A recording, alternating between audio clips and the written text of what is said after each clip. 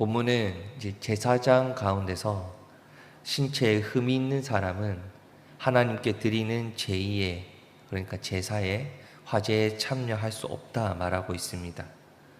이것이 차별이다. 신체적 결함이 있다고 어떻게 하나님께 제사 드리지 못할까? 차별이다 라고 접근해야 할까요? 신체에 흠이 있는 사람은 하나님께 예배하지도 가까이 가지도 못합니까? 라고 따져야 할까요? 이를 부정적으로 볼 수 없습니다. 당시 하나님께서는 이 제의적 차원에서 하나님께 제사를 드리는 데 있어서, 예배를 드리는 데 있어서 거룩함을 강조하셨기 때문입니다. 오늘 본문 말씀에서 우리가 기억해야 하는 단어는 하나님 앞에서의 거룩입니다. 그래서 신체적 흠이 있는 제사장이 휘장 안에 들어가지도 못할 뿐더러 성물을 분배받아 먹는 자리에서도 이렇게 제외되지 못했다라고 이야기하는 것은 무슨 이야기일까요? 즉 제사를 드리는 자리에만 들어가지 못할 뿐 그 제사 음식을 먹는 자리에는 함께 할 수 있었다는 것입니다. 즉 하나님께 예배 드리는, 제사 드리는 그 자리에는 하나님께서 거룩함을 강조하셨기 때문에 신체적인 흠이 있는 제사장은 그 자리에 참여할 수 없었다. 즉 제사장을 배려하면서 하나님께서는 그 제의적 자리에서의 거룩함을 강조하셨다는 것입니다. 구약시대 그 거룩함으로 하나님 앞에 서기 위해서 성소를 더럽힐 수 없다. 내 앞으로 나아오는 그 제사의 자리에서 그 제사를 더럽힐 수 없다. 거룩함을 강조하신 것입니다. 그리고 이러한 하나님의 뜻을 제사장뿐만 아니라 모세가 아론과 그의 아들들과 온 이스라엘 백성들에게까지 다 강조하면서 이야기하셨던 이유는 무엇입니까? 본문의 규정은 제사장이 지켜야 할 규정이지만 제사장이 거룩함으로 하나님 앞에 나아가기까지 모든 백성들도 함께 힘을 합쳐야 한다는 것입니다. 하나님을 예배하는 자리에서 제사장 혼자의 힘으로 거룩함을 유지하고 하나님 앞으로 나아가는 것이 아니라 온 이스라엘이 하나님 앞에서의 거룩함을 유지하면서 하나님께 제사를 드려야 한다. 하나님을 예배해야 한다. 제사장 혼자만의 무거운 짐이 아니라 온 이스라엘 백성이 하나님 앞에서 거룩함으로 순종하며 나아가야 한다는 것을 강조하며 가르쳐 주신 것입니다. 그럼 지금 우리는 이 말씀을 어떻게 받아들여야 할까요? 우리는 하나님 앞에서 거룩한 산 제물로 서 있는가라고 스스로를 돌아볼 수 있어야 합니다.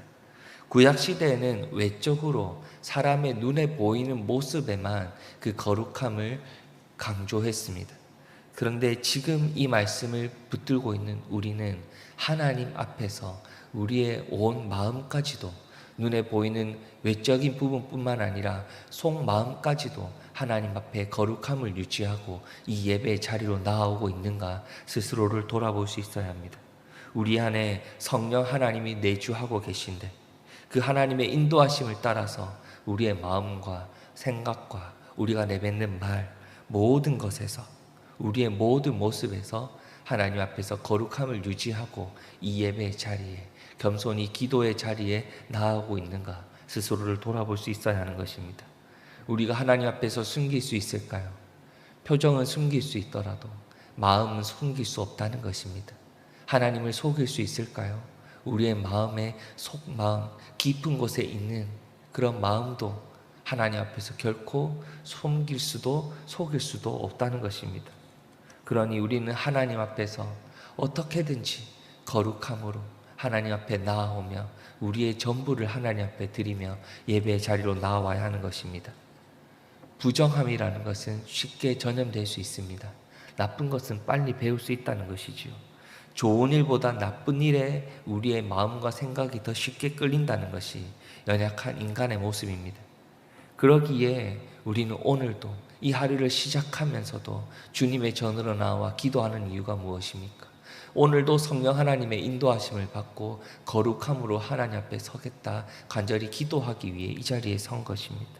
우리의 힘으로 그 거룩함을 유지할 수 없기 때문에 하나님 앞에 겸손히 나와서 기도하겠다는 것입니다. 나로 인해 거룩한 공동체가 죄에 빠지지 않도록 하나님 앞에 겸손히 기도하겠다는 것입니다.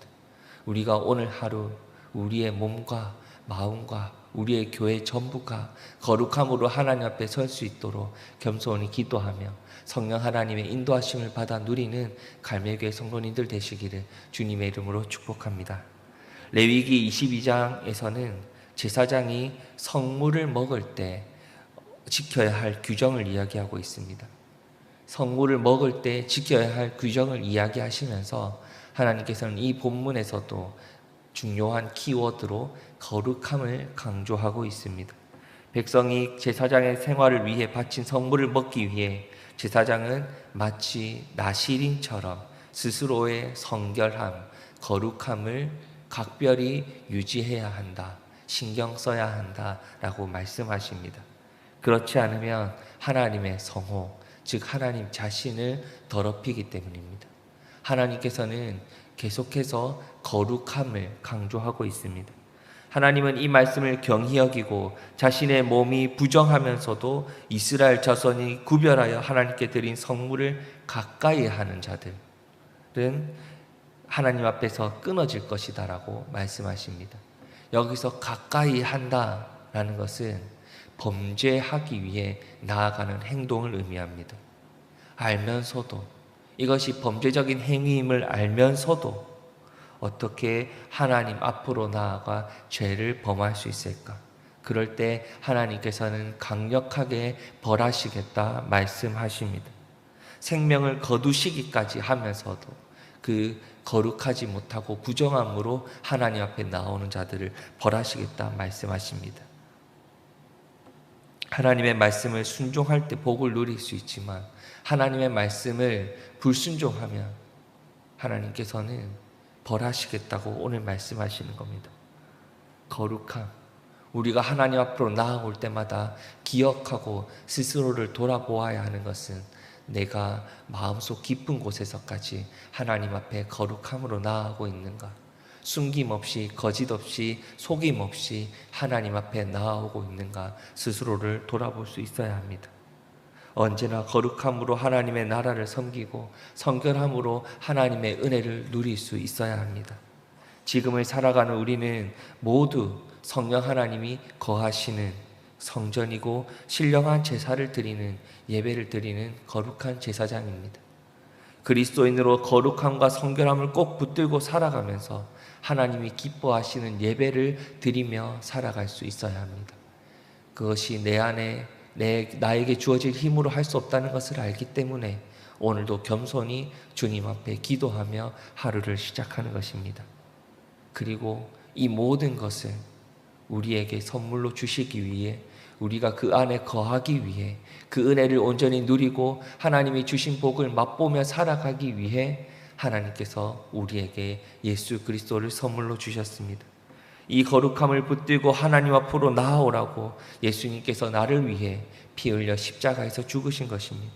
오늘도 겸손히 예수 그리스도를 바라보고 그분만을 의지하고 내 안에 함께 하시는 성령 하나님의 인도하심을 따라 거룩함으로 오늘을 살아가시기를 소망합니다. 그 하나님 앞에 거룩함으로 서고 거룩함으로 오늘 하루를 살아가며 하나님이 우리에게 약속하신 참된 은혜와 그분의 사랑을 맛보며 살아가시는 우리 갈매교회 성도님들 되시기를 주님의 이름으로 축복합니다. 이 시간 말씀을 붙들고 같이 기도하겠습니다.